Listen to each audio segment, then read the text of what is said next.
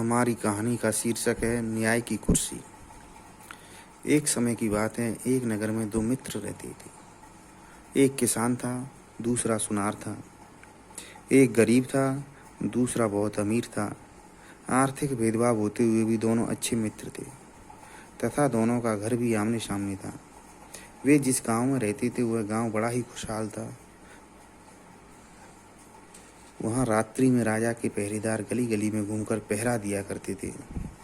एक दिन की बात है, सुनार को अपने रिश्तेदार के यहाँ शादी में जाना पड़ा और गलती से उसके घर का दरवाज़ा खुला रह गया। रात्रि में जब पहरेदार आया और उसने सुनार के घर का दरवाज़ा खुला हुआ देखा तो उसके मन में लालच आ गया। वह घर के अंदर गया और सोने चांदी से भरे थैले को लेकर भागने लगा। उसी समय उसका दोस्त, जो सुनार का जो दोस्त था, उसको लघुशंका हुई और वह लघुशंका के लिए उठा तो उसने खिड़की से बाहर देखा कि सुनार के घर से कोई सामान लेकर जा रहा है। वह बाहर आया तो देखा कि पहरेदार ही चोरी करके भाग रहा है। उसने पहरेदार को पकड़ लिया तो पहरेदार उस किसान से बोला कि हम दोनों इस जेवर को आधा आधा बांट लेते हैं। किसान गरीब था परंतु बहुत ही सच्चा और ईमानदार था। उसने इस सब चीज़ से मना कर दिया। उसने कहा, मुझे चोरी का धन नहीं चाहिए और फिर ये तो मेरे दोस्त का धन है। तो पहरेदार बोला कि तुझे नहीं चाहिए तो मुझे ले जाने दे। तो किसान बोला, मैं तुझे नहीं ले जाने दूंगा। पहरेदार बोला कि मान जा, मेरी बात मान जा, अच्छा रहेगा, नहीं तो बाद में तू बहुत पछताएगा। अगर तुझे नहीं चाहिए तो इस धन को मुझे ले जाने दे। किसान ने कहा कि यह मेरे दोस्त का जेवर है, मैं इसे नहीं ले जाने दूंगा। पहरेदार बोला, मान जा, बहुत पछताएगा, इसका अंजाम बहुत बुरा होगा। किसान बोला, अंजाम जो भी हो, मैं तुझे इसे नहीं ले जाने दूंगा। तो पहरेदार बोला, तो ले, अब अंजाम भुगतने के लिए तैयार हो जा। यह कहकर पहरेदार जोर जोर से चिल्लाने लगा, बोला, चोर चोर। इतनी देर में अगल बगल वाली गली में पहरा देने वाले पहरेदार आ गए और किसान को पकड़ लिया। पहले सिपाही ने कहा, ये किसान चोरी करके भाग रहा था। किसान को राजा के सामने पेश किया गया। राजा ने सिपाही और पहरेदार उनकी सबकी बातें सुनी और किसान को मौत की सज़ा सुना दी तथा उसे सैनिकों के साथ काल कोठरी में बंद करने के आदेश दे दिए। किसान बोला, बाहरी किस्मत, सच्चाई का तो जमाना ही नहीं रहा, और चुपचाप सैनिकों के साथ चल दिया। सैनिकों ने उसे कोठरी में बंद कर दिया। राजा को उस रात नींद नहीं आई क्योंकि उसे उस किसान की कही हुई बात चुभ गई।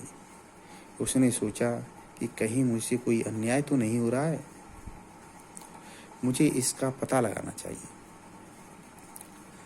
सुबह किसान ने उस पहरेदार और किसान दोनों को बुलाया और कहा कि गांव में एक व्यक्ति मर गया है, उसे तुम दोनों शमशान घाट पहुंचा दो। जिससे किसान से बोला कि इससे तुम्हारे पाप कम हो जाएंगे, और पहरेदार से बोला कि तुम इस पर नज़र रखना। दोनों गांव में गए और उस मृत व्यक्ति को उठाकर शमशान ले जाने लगे। तो पहरेदार ने किसान से कहा कि तू मेरी बात मान जाता तो कितना अच्छा होता, आज तुझे मौत की सज़ा नहीं हुई होती और तू अपने घर में चैन से रह रहा होता।